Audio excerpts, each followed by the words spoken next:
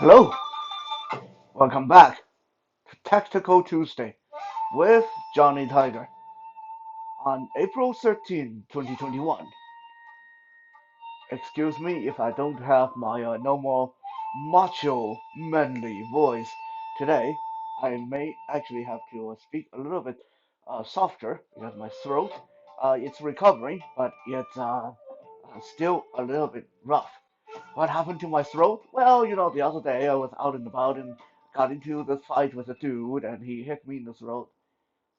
No, that's not what happened. Okay, I choked on some food when I was eating. But, the first story was a better story. Uh, anyway, um, today I want to show you something that a technique or a principle, something you can do in a very, very scary situation. And I definitely hope that you never have to find if this work or not. Uh, I hope you never get caught in a situation where you actually have to use what you learn here. Okay, I everything I teach on Tactical Tuesday, Survival Saturday, everything I teach on during Krav Maga, during Night Strike self-defense. I hope no one ever have to put them to the test, ever have to, use of them, because no matter how good a technique is, there's always a chance it's going to fail. It very little is really about how good the instructor is, how good the student is, how good the martial art is. It's more about how uh, a real fight, a real survival situation is so fluid, it's so unpredictable that sometimes the best battle plan, the best techniques are going to go wrong. It's just the way it is. Now, let's say you are out and about. Let's say you are at a bus stop, or you're at a pub, or you're just walking by a dark alley, and suddenly, without any preamble, without any uh, forewarning, without any of the usual shouting, issuing threats, stuff like that. Suddenly, there's a madman, there's a terrorist, there's a crazy guy coming towards you with a knife and just going crazy in front of him. They're going like this, running at you. Eh? What do? It doesn't matter what your background is. The first thing you want to do, when someone is coming, rushing at you with a knife, going crazy with a knife, stabbing, slashing, coming at you, the first thing you want to do is move away from them. Okay? When someone is threatening with a gun, you want to move towards them. Someone threatening with a knife, you always want to move away from them. Right? So as long as you stay out of reach, the chance of you getting killed is very, very, very small. Even if that person is some kind of knife throwing expert, it's very difficult. If you ever try it, don't go by the Hollywood movie. Ever try to hit a running target and penetrate it with a knife by throwing it? Very difficult, because knife throwing is depending on how many revolutions the knife is going to turn in the air, and is it going to make contact with the butt end first or the tip first. There's a lot to it. So I think the chance of you actually getting killed by a thrown knife is very, very small. So first thing foremost, well, the most foremost is someone come at you with a knife, always trying to get away. Always trying to get away. Okay? Don't don't try to stand your ground and go Krav Maga on the guy. Don't try to stand your ground and go Jiu-Jitsu on the guy. Even if you succeed, you will end up getting cut up quite badly. Even special forces soldiers know that if they engage someone who is armed with a knife and they themselves is either unarmed or is armed with another knife, the chance of them getting cut is like way higher than 60, 70%. And we're talking about specially trained, special forces people. Okay. Now, the technique I'm going to show you guys today to defend or to deal with someone coming at you with a knife, it's going to happen at the point where you have created enough distance, and you have put something in between yourself and the person. In another word, you may not be able to get away cleanly. You may not be able to extract yourself. Obviously, if you cannot actually just turn around and run like crazy and get out of there, that's what you need to do. Okay, that's a true, down to earth, honest to God self-defense right there. Don't engage the guy. If you can run away, no matter what. Even if he already stabbed you in the arm, if you can run away, run away. Yes? Don't try to turn and engage him. You only engage, especially someone wielding a sharp object. You only engage when there's no other choice. When there's no other choice. For example, if you have children with you, if there are a lot of women and children around you, people around you, and you know if you run away, the guy's just going to pick a new target. See, that's when you might, and I say might because depending on your capability, being a hero is not always successful either. That's when you might want to consider staying and deal with the guy if you have sufficient uh, knowledge in how to do it. If you have a definite size advantage, if you are very fit and strong, then okay, maybe you can give it a chance. But you always have to ask yourself, is this worth dying over? Because the chance of you end up dying is very high, no matter how hard you train, no matter what you train in. There was a self-defense expert, an MMA fighter, and just like professional badass. He was in the military. He actually flew around the world training with some of the best people. And when he went back to New York, I think he was only 23, 24 years old. He was stabbed to death on the way home from dinner one night. One of the top tier self defense martial art instructor stabbed to death. And it wasn't an ambush either. Look, the police said it looked like the local teenage gang just walked up to him and demanded for his cell phone, and he decided to make a fight of it, and they stabbed him to death. Okay, even a guy like that got stabbed to death. So really think about that. Now, obviously, if I'm just going to tell you to run away, then I don't need to be here to teach you this. So, step one, create distance. Create distance. Don't just go straight back either. And you want to circle, you want to sidestep, you want to sidestep. When you're backing away from a knife wielding attacker, always present your arm to them. Present your arm to them. Okay?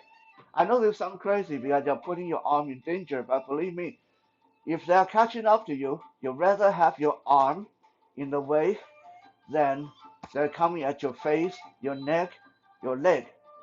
So the proper way when you're moving away is reach forward and make sure that you extend your hand as much as you can.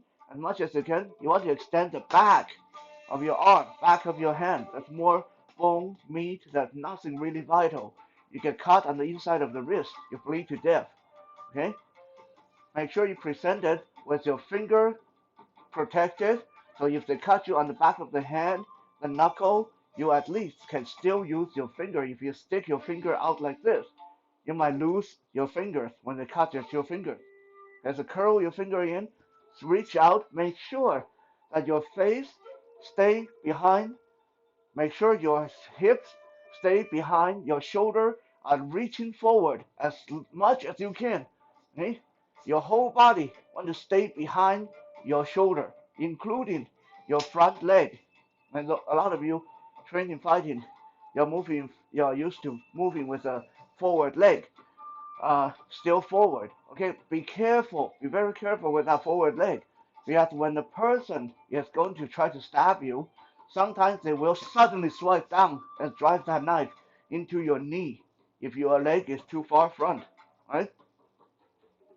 So make sure that you extend your arm. So start backing away, start backing away. And where am I going? Note, I'm not turning and running, even though turning and running is actually faster. But because I don't know at this point, I don't know how fast the guy is. If I turn and run and they suddenly catch up to me, there's no way for me to defend myself. I much rather back away, back away, back away, keeping my eyes on them. Oh yeah, obviously I can't keep my eyes on them because, totally blind guy here.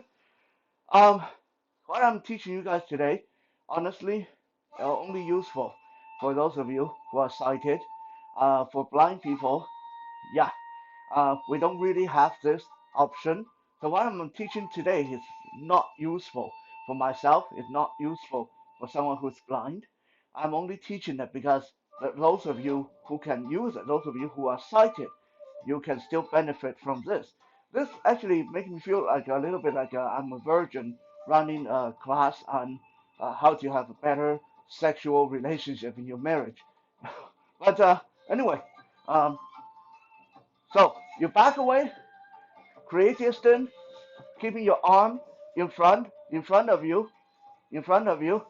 And now we go to second part. Part two is I want to create obstruction, create obstacle for the person.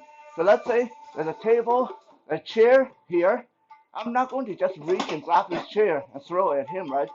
Because that again take away my defense, my arm if I'm grabbing the chair. Not to mention it's very obvious. He'll see it coming. So I want to keep my arm in front. I want to maneuver, pretending I'm stepping around the chair. And when I'm at the right angle, I'm going to use my foot to shove the chair in his path and quickly jump away. Okay? At the very least, that will slow them down for a split second. That might be the split second that you need to do what we are actually going to do, what I'm going to show you today. Now, some people are going to say, okay, this is the point when I grab my own knife, I can defend myself. That's not a bad plan, except it's not the best plan. Why is it not the best plan? Because you are turning into this into a Hollywood production. You are turning this into a knife fight. And rule number one, self-defense situation, survival situation, we don't want it to be a knife fight. Okay? The guy coming at you, surprising you with knife in their hand, right now they are they got the advantage. You are at the disadvantage. You pulling out your knife only makes the playing field even. We do not want an even playing field. We want a little bit more odds toward us. So rather than pulling out my knife right away, after I back away and create an obstacle in the path of the person, I'm going to strip. Most of you seen it done in the movies where someone will take off their shirt or jacket and use it as a shield. Okay, looks very fancy, but there is a very uh, specific way to do it. You don't just start stripping. Okay, you don't just start stripping like that. Why? Because both of your arms are tied up. If the person suddenly jumps at you, you have no way to defend yourself. You might even trip over in your haste trying to retreat. So, this is a very specific way to strip out of your jacket and getting it ready for the confrontation. As I'm backing away, I'm going to you know what? I'm just going to stand still for now because otherwise you guys are going to have a hard time seeing me because my hand will be always waving in front of me. Uh, Step number one. Okay, I'm backing away, and I want to use my left hand. Keep in mind at this point, both arms are in front of me. I'm like a zombie because if they try to come in close, I want to try to brush the knife aside with my hand. Better they cut my hand than my neck, right? Okay, at this point, I'm going to use my left hand to tug my right sleeve forward. So I'm defending, backing away. I tug my sleeve forward like this. Now, my right hand is covered by my sleeve, right? So now I leave my right hand in front, still defending. My left hand come down to the zipper, pull down the zipper. After I open up my jacket, now my left hand come back forward. Note I'm turning my body slightly. I'm turning my profile to them. Why? Because if I do get stabbed, I much rather they get me on the side than right in the center of the torso, right? So I'm always trying to have my profile to them in this situation. So go over this again.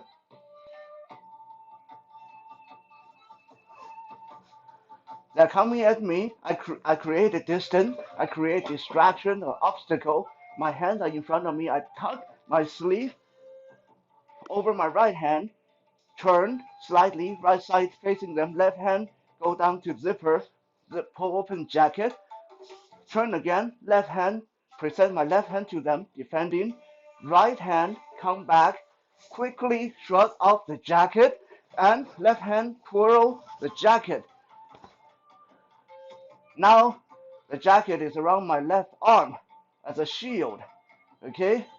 This is much thicker material. Now if they stab at me, I will meet it with my jacket covered left arm because the chance of them cutting through that is very, very slim unless this guy is walking around with a scalpel or some crazy stuff like that, right? Most people in my own experience don't keep their knife that sharp. They're sharp, but most people don't take care of their knife. So I have a lot of confidence in this thing in my hand, this jacket wrapped around my arm, stopping or even trapping their blade. Now, what's my right arm doing? What's my right arm doing? I'm sure you guys actually can't see it unless you were actually paying attention, very close attention to when I was stripping. But watch this. The person comes toward me again. This time, rather than backing away like I'm scared, I'm going to shuffle to the side, brush my jacket covered arm over their knife, hoping to trap their knife. And what do I have here? My own knife in my right hand, right behind the jacket. Right? He can't see it. So from here, it's just going to be brush and drive my knife in for the kill. And then back away. Don't ever stay there after you stab. Always back away. Unless you trap their weapon. Right?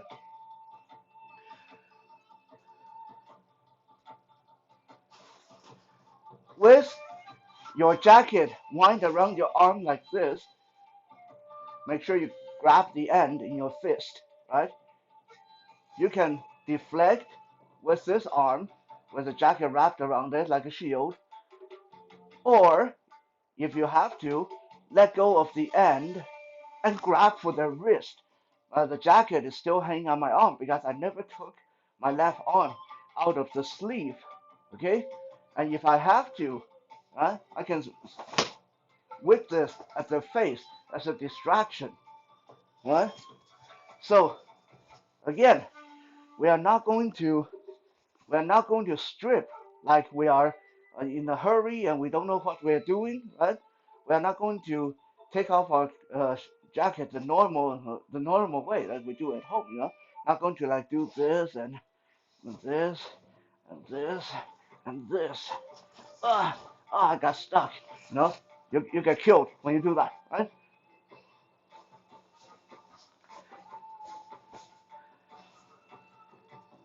Look at the whole thing again. This time I'm going to do it a lot slower so you guys can actually follow what's going on. Backing away, raising my arm in front of me, my leg, my belly, my neck staying behind my shoulder. Right? I create obstacle by pushing the chair in their path, and At this point, since I use my left hand, tuck my right sleeve forward, and with my right hand covered, I turn to my left, so my right profile is presented. I pull down my zipper with my left hand. It's actually already open, but we'll just pretend that I closed my jacket. So I pull down my zipper with my left hand. As soon as I pull this down, I'm spinning around. So now my left profile is presented to them as I pull my jacket off with my right arm and twirl it in my left hand, forming the shield, grabbing the end. While my left hand is doing this, my right hand is drawing my knife. So when I have the shield ready, my knife hiding right behind my jacket. So when the person moves in again, I'm going to meet his knife with my jacket covered left arm to trap the knife, to snag the blade, and then drive my own knife in. Right?